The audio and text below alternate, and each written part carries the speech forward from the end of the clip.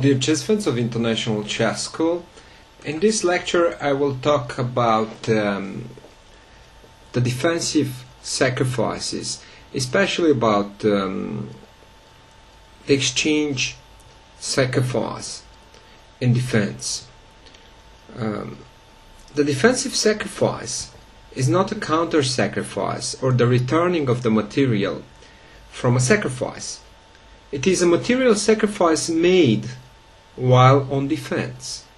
The purpose is to take advantage of the positional disruption in the attacker's forces due to attack. In order to attack, the attacker often make commitments like decentralize pieces, leave pawn weaknesses, or leave his own king vulnerable to attack. This is why, in this form of active defense or indirect defense, the timing is crucial. A common case of defensive sacrifice is the exchange sacrifice. This position is extracted from a game played between the grandmasters Tigran Petrosian, which was world champion, and Svetozar Gligoric, a Serbian grandmaster. I'll flip the board so you can see the position from White's perspective. The quotes of Petrosian about this position, he states that every experienced player will realize that White is in danger here. Black's pieces are extremely active.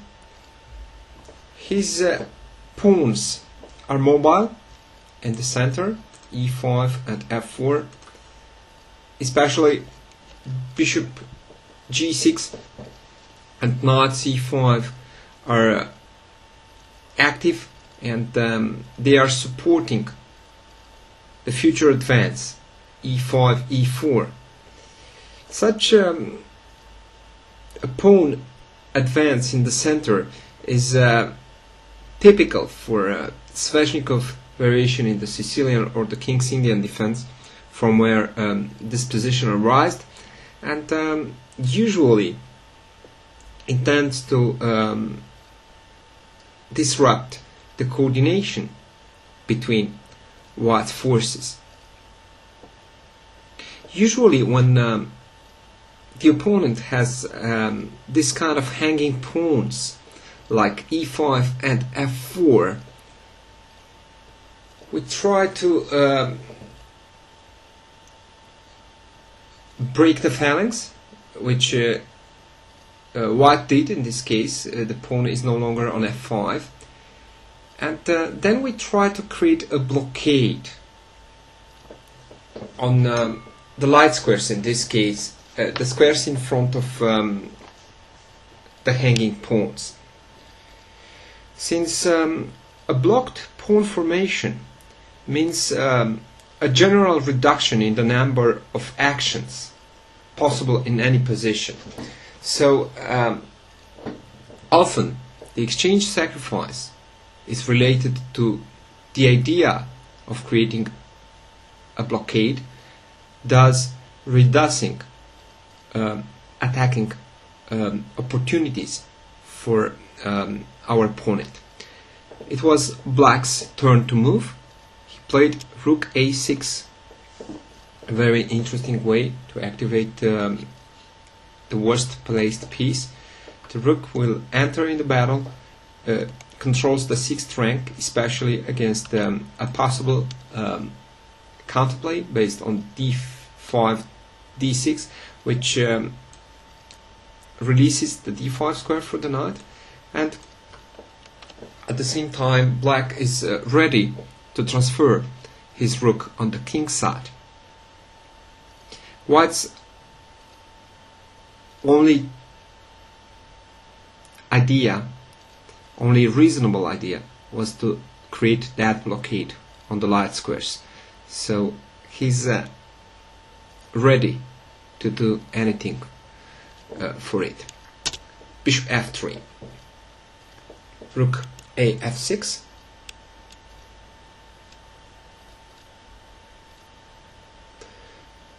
because if black pushes e4 here, white will have tactical reply.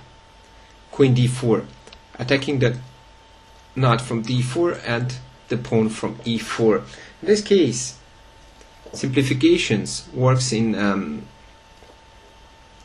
white's favor, since he is the one to defend. At the same time, in that line with e4, queen d4, white will get rid of that annoying pawn from the e file. For this reason, black played rook a f6. He continues logically. Probably he intends to play b6 at the next move, and then e4. White played an amazing move here. Rook e1. He's ready to give up an exchange to get rid of this powerful knight from c5 and to prevent the advance of the e pawn. Knight d3, rook fe2, knight takes e1, queen takes e1.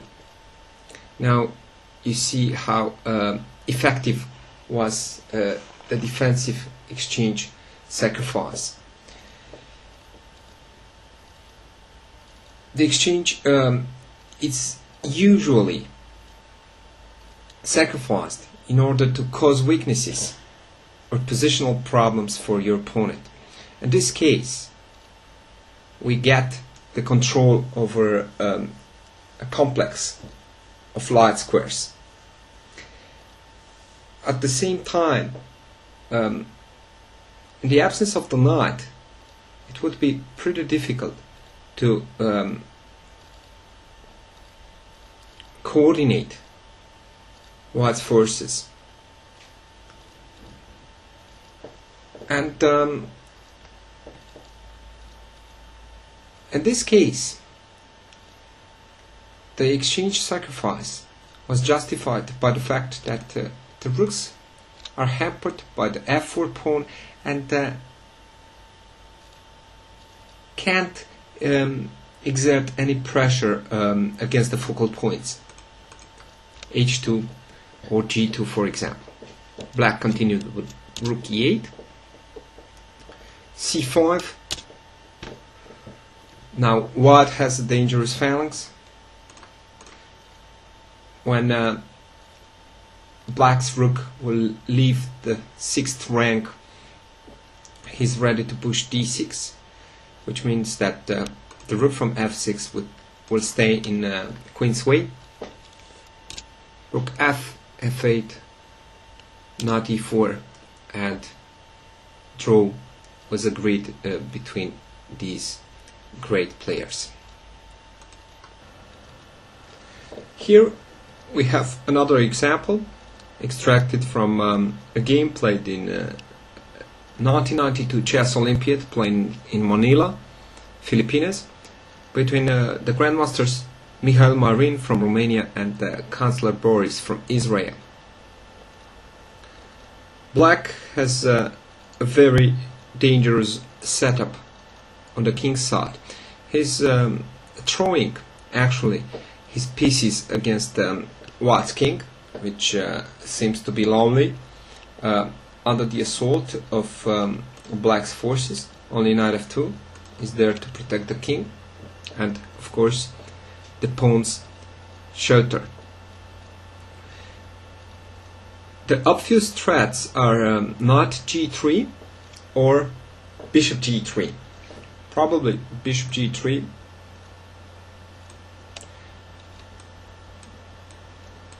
Bishop g3 is stronger, as releases the h4 square for the queen in order to join the attack. White's pieces are restricted, and when your pieces are reduced to passivity, you have to determine the cause. In this case, you have to realize that the d5 pawn is restricting severely White's play. If White can get rid of the opponent's d5 pawn, he will be able to act in the center. So Black will need extra time to find a new display, a new effective display for his forces. Again, we have the active defense, indirect defense, where the critical element is timing. In this case, we use the exchange sacrifice in order to upset the coordination between opponent's pieces, and of course to obtain time in order to defend the king. Rook e5. Again, the idea of reacting in the center against the wing attack is used. Bishop f6, and now if White plays something quiet like knight g4, after bishop takes g4, f takes g4, bishop takes e5, d takes e5, knight g3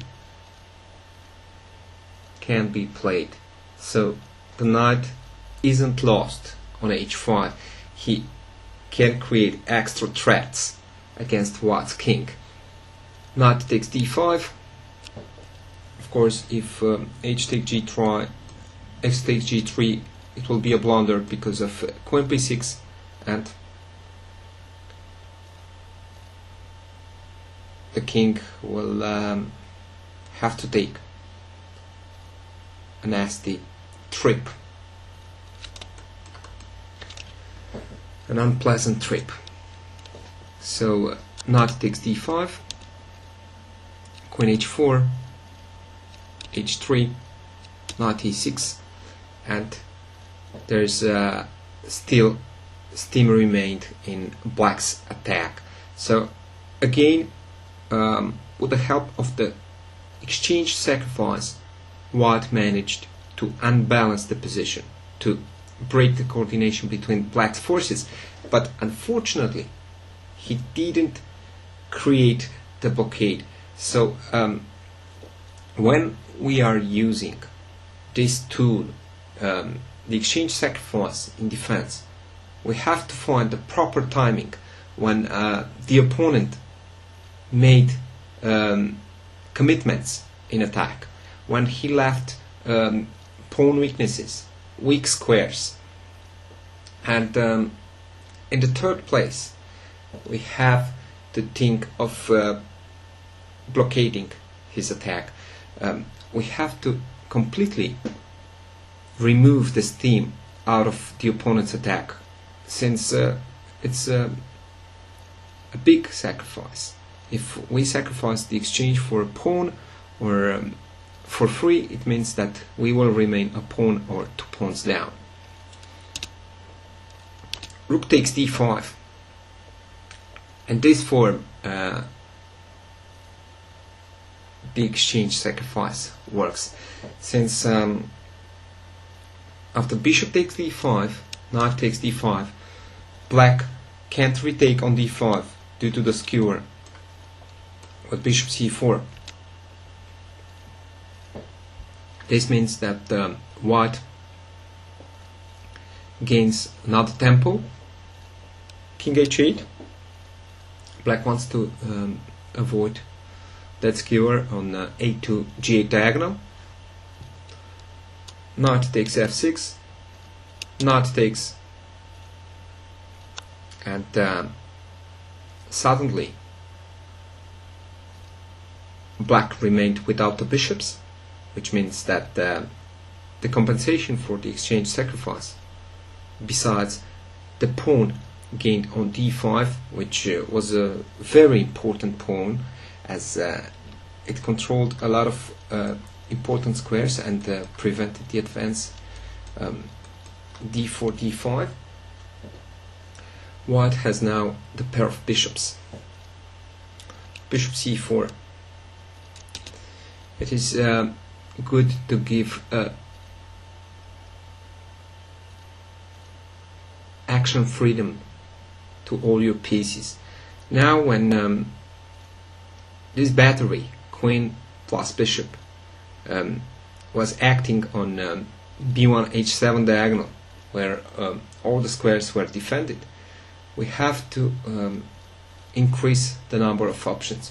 So white give this diagonal to the bishop, and queen f5 would be possible. At the same time, the bishop supports the annoying advance d4, d5. Knight g6 and queen f5. With small steps, white took control of a color complex one more time. Again, we are talking about the light squares, and as a consequence he gained the initiative.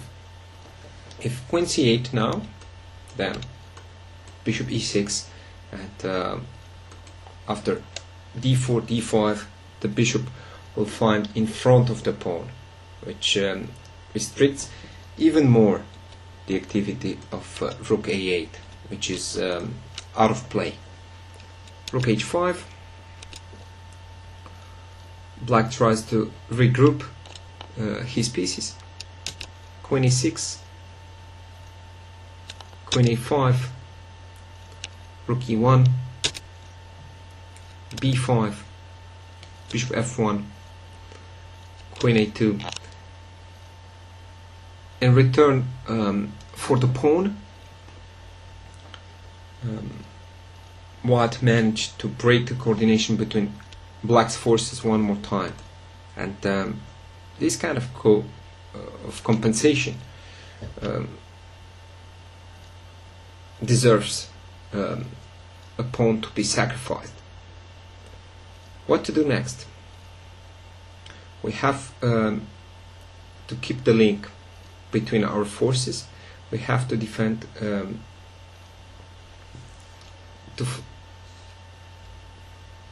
coordinate our pieces. So knight t3. Now the knight is defended by the bishop. The knight at his turn defends the bishop and the rook, while black has to spend some moves to go with the queen back in his camp. Queen a5, queen c6, exploiting the undefended position of rook a8, rook f8, rook a1, queen b6, queen takes b6, a takes b6, knight e5. Again, white wants to keep the rook out of play, forbidding rook d5 and threatening bishop e5 at some point. Knight h4, rook a7, rook c8, bishop takes b5. Of course, rook c2 is not possible yet, as the back rank is weakened.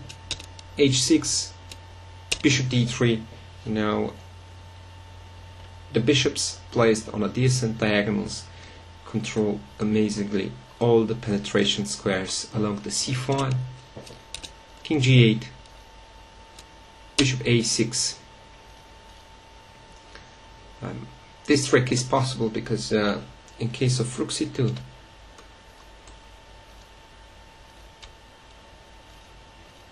white will check, and after king h7, bishop d3, check rook. Rook d8, bishop c4, king h7, and now white didn't convert at his advantage.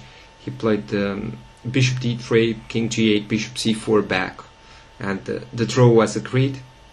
But since all white's pieces have reached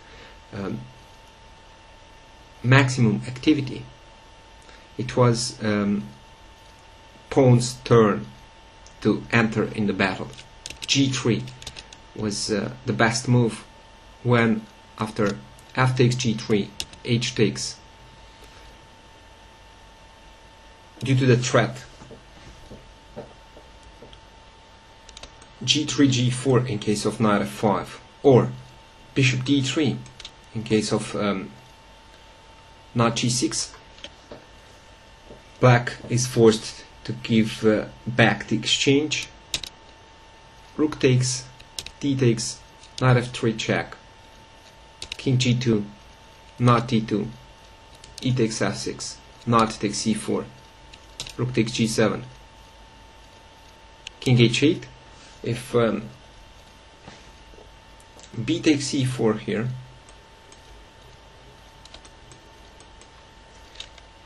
rook d2, and black is still in the game.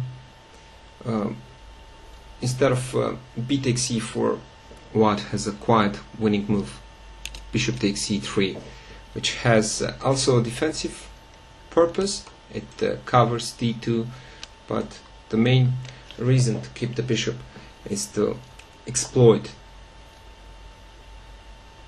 the stalemate position of black's king. After f7, black should resign. I hope you understand some ideas behind the defensive exchange sacrifices, and at some point you will be able to get out from defense with using the exchange sacrifice as a tool. Until our next lecture, best wishes.